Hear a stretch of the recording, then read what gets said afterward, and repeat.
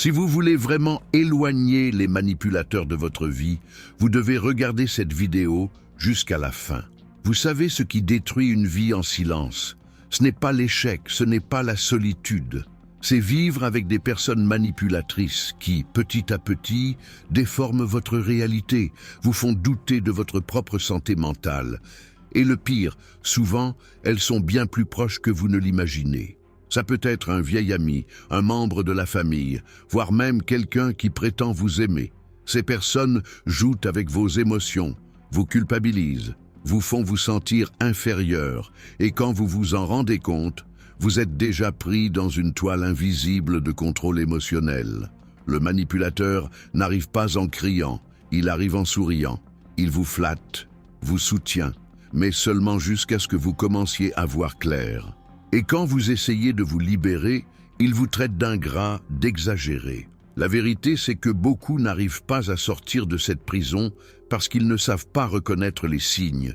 Et pire encore, ils ne savent pas comment réagir. Mais il existe une stratégie simple, directe et puissante qui fonctionne toujours pour éloigner ces personnes de votre vie une bonne fois pour toutes, sans scandale, sans avoir à supplier, sans vous détruire émotionnellement. Aujourd'hui, je vais vous expliquer exactement comment cette stratégie fonctionne, et vous ne serez plus jamais la proie d'un manipulateur. Avant de commencer, assurez-vous d'avoir cliqué sur le bouton « J'aime » si vous êtes une personne bienveillante qui déteste la méchanceté humaine. Si vous le souhaitez, laissez un commentaire. Ceux qui font le mal en subiront les conséquences. Maintenant, j'ai besoin que vous fassiez très attention à ce témoignage, car il va vous aider à mieux comprendre le sujet d'aujourd'hui. Marie-Claire avait 58 ans quand elle a décidé d'ouvrir les portes de sa maison et de son cœur à la fille d'une ancienne amie décédée. La jeune femme s'appelait Solène, 26 ans, polie, serviable, et avec un discours trop doux pour être vrai. Elle disait qu'elle était seule au monde, qu'elle avait besoin de soutien et qu'elle voulait juste un peu de temps pour se stabiliser. Les premiers mois, Marie-Claire s'est sentie utile à nouveau. Cela faisait des années qu'elle vivait seule après le divorce et le départ de ses enfants pour d'autres villes. Solène était gentille, aidait aux tâches ménagères, écoutait ses histoires avec attention et la faisait se sentir vivante à nouveau. Mais quelque chose a commencé à changer. La jeune femme a commencé à faire de petites critiques déguisées. « Madame Marie-Claire, vous êtes trop gentille, c'est pour ça que les gens profitent de vous. » Ou encore, vous devriez arrêter de faire trop confiance aux autres. En peu de temps, elle a commencé à aider dans tout, les finances, les courses, les décisions de la maison, mais toujours avec une manière subtile de faire douter Marie-Claire d'elle-même. Quand la dame âgée parlait de sortir, de rendre visite à une amie, ou même de faire quelque chose de simple comme une promenade au parc, Solène faisait un drame. Elle disait qu'elle était malade, qu'elle se sentait seule, ou qu'elle avait peur qu'il lui arrive quelque chose. Et ainsi, peu à peu, elle a isolé Marie-Claire du monde. Le point culminant est arrivé quand l'un des fils a tenté de rendre visite à sa mère et a été accueilli froidement par Solène, qui affirmait qu'elle était trop fatiguée et malade pour recevoir du monde. La goutte d'eau a été lorsque Marie-Claire a découvert que des économies mises de côté avaient disparu. Lorsqu'elle a confronté la jeune femme, elle n'a entendu que « Je me suis occupé de vous comme personne, et c'est comme ça que vous me remerciez. » Marie-Claire, encore confuse, a pleuré des nuits entières, jusqu'au jour où, en écoutant une conférence vidéo sur la manipulation émotionnelle, quelque chose s'est réveillé en elle. Elle a compris qu'elle avait été piégée par quelqu'un qui utilisait sa bonté comme une arme. Elle a décidé d'agir. Sans crier, sans scandale, Marie-Claire a simplement changé. Elle a commencé à affirmer ses limites. Elle a repris contact avec ses enfants. Elle a repris le contrôle de ses finances. Et, d'un ton ferme, elle a informé Solène qu'elle devait partir. La jeune femme a tenté, comme toujours, de se poser en victime. Mais il n'y avait plus de place pour cela. La vieille dame, désormais consciente, n'était plus la même. Et vous savez ce qui est le plus choquant ? Solène est partie le lendemain, comme si de rien n'était. Voyons maintenant la première chose que vous devez faire pour éloigner un manipulateur de votre vie. Numéro 1, Reconnaître les signes subtils de manipulation. Un manipulateur n'arrive jamais avec un panneau « Attention à moi ». Il agit subtilement. Et c'est précisément pourquoi de nombreuses victimes mettent autant de temps à comprendre ce qui se passe. Il exploite votre empathie. Il commence par des compliments, des gestes d'aide, jusqu'à gagner votre confiance. Viennent ensuite les critiques déguisées en conseils, les petits jeux de reproches, le chantage affectif. Tout cela se déroule silencieusement jusqu'à ce que vous vous sentiez coupable de tout, non perdu, dans vos propres sentiments et dépendant de cette personne qui, en apparence, ne veut que vous aider. Apprenez à identifier ces distorsions. Lorsque vous vous sentez insignifiant face à quelqu'un, lorsque votre voix perd de son poids, lorsque vos décisions sont constamment remises en question, quelque chose cloche. Le manipulateur n'a pas besoin d'élever la voix, il lui suffit de vous faire douter de vous-même. Et c'est le premier pas vers le contrôle total. Avez-vous déjà ressenti cela? Alors soyez attentifs. Ce n'est pas de l'attention, c'est de la domination. Numéro 2, le silence est votre meilleure défense.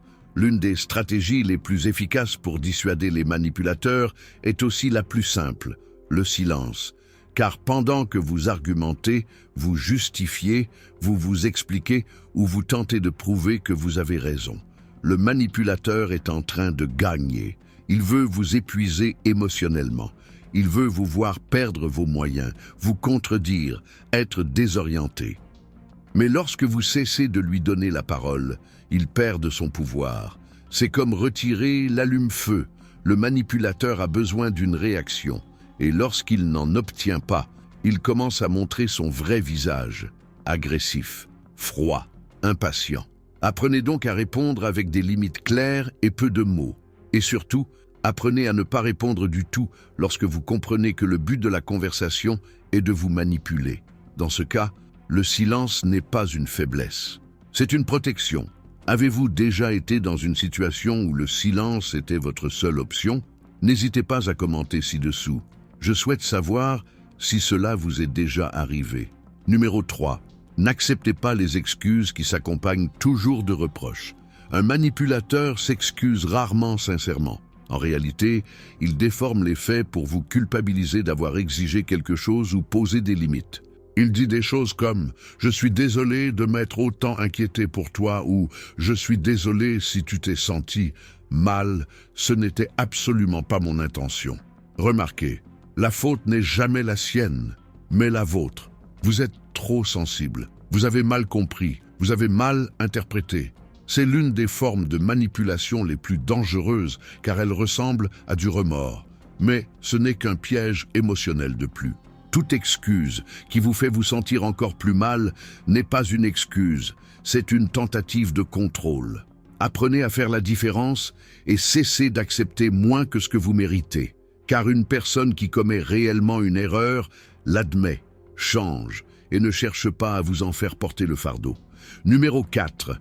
Les manipulateurs ne supportent pas les limites strictes. Il y a une chose que tout manipulateur redoute, quelqu'un qui sait dire non sans avoir à crier. Car les manipulateurs prospèrent grâce à la vulnérabilité émotionnelle de leurs victimes. Ils profitent de votre empathie, de votre compassion, de votre bienveillance. Mais lorsque vous commencez à poser des limites claires, comme « je n'accepte pas cela », cette conversation s'arrête ici, je ne tolérerai pas ce genre de traitement, ils commencent à flancher. Ils tenteront de renverser la situation, vous accusant d'être froid, distant, ingrat. Mais c'est simplement la réaction de quelqu'un qui réalise qu'il a perdu le contrôle. Poser des limites n'est pas de l'impolitesse, c'est de la protection. Et chaque personne irritée par vos limites démontre précisément pourquoi elles sont nécessaires. Avez-vous déjà vécu une situation similaire? Avez-vous déjà posé une limite et vu une personne révéler son vrai visage? Racontez-moi votre expérience dans les commentaires. Numéro 5. Le retrait émotionnel est la clé pour briser le cycle.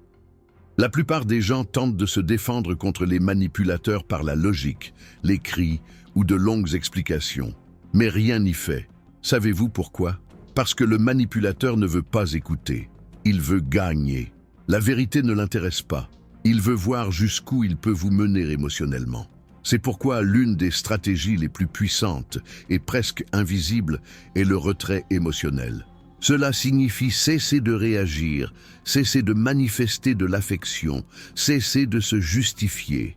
C'est devenir émotionnellement inaccessible à celui qui se nourrit de votre vulnérabilité. Lorsque vous cessez de montrer que vous êtes affecté, il commence à se désintéresser. Et c'est là que la magie opère. Le manipulateur cherchera une autre cible. Il ne peut résister au désintérêt.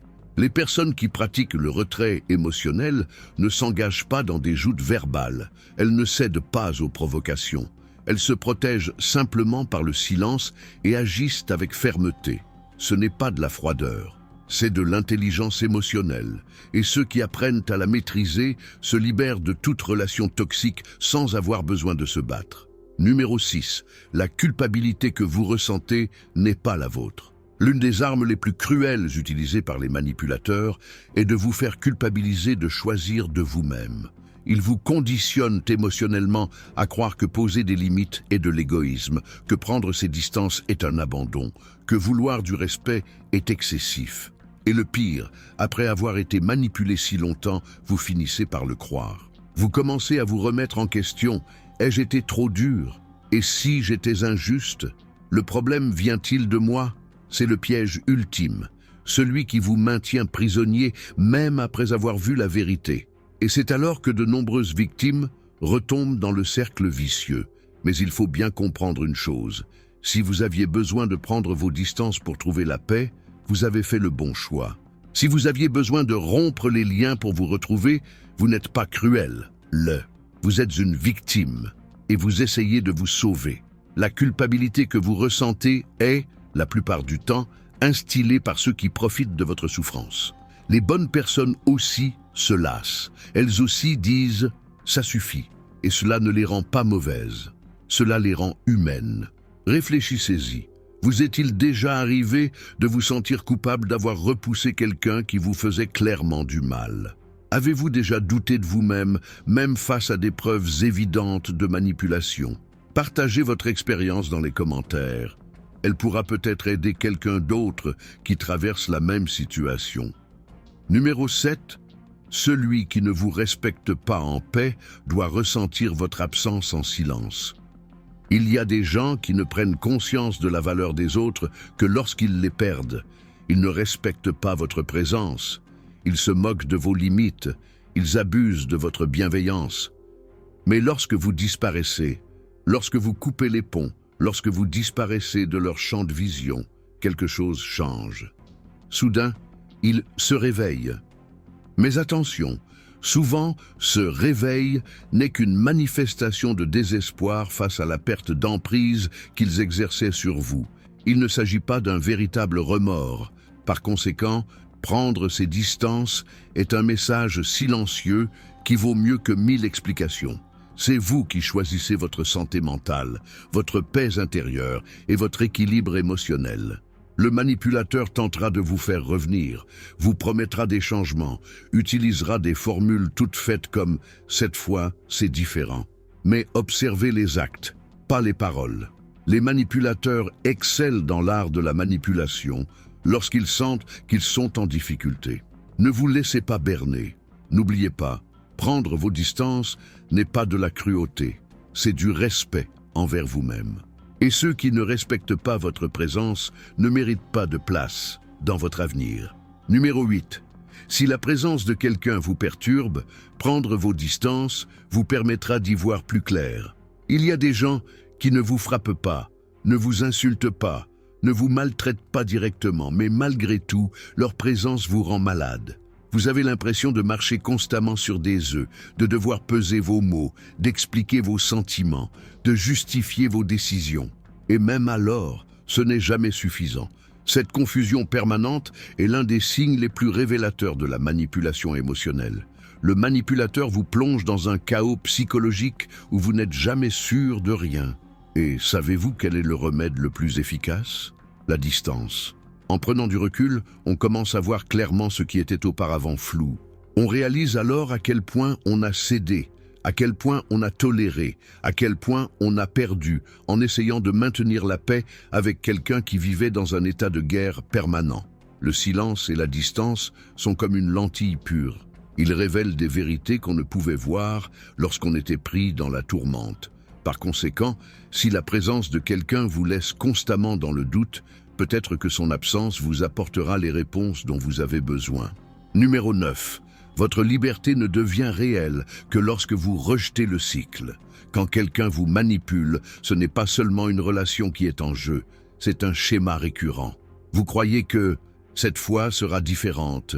Je dois lui donner une autre chance. J'ai changé, peut-être que maintenant ça marchera. Et tant que vous restez prisonnier de ce cycle, votre dignité s'effrite. La liberté émotionnelle ne consiste pas seulement à échapper à la manipulation, mais à décider que ce schéma ne fera plus partie de votre histoire. Il s'agit de se regarder en face et de dire « Je mérite la paix, je mérite d'être traité avec respect, je mérite d'être heureux sans avoir à me justifier. » Et ensuite, vivre en conséquence. Ce n'est pas une mince affaire, ce n'est pas facile, mais c'est essentiel.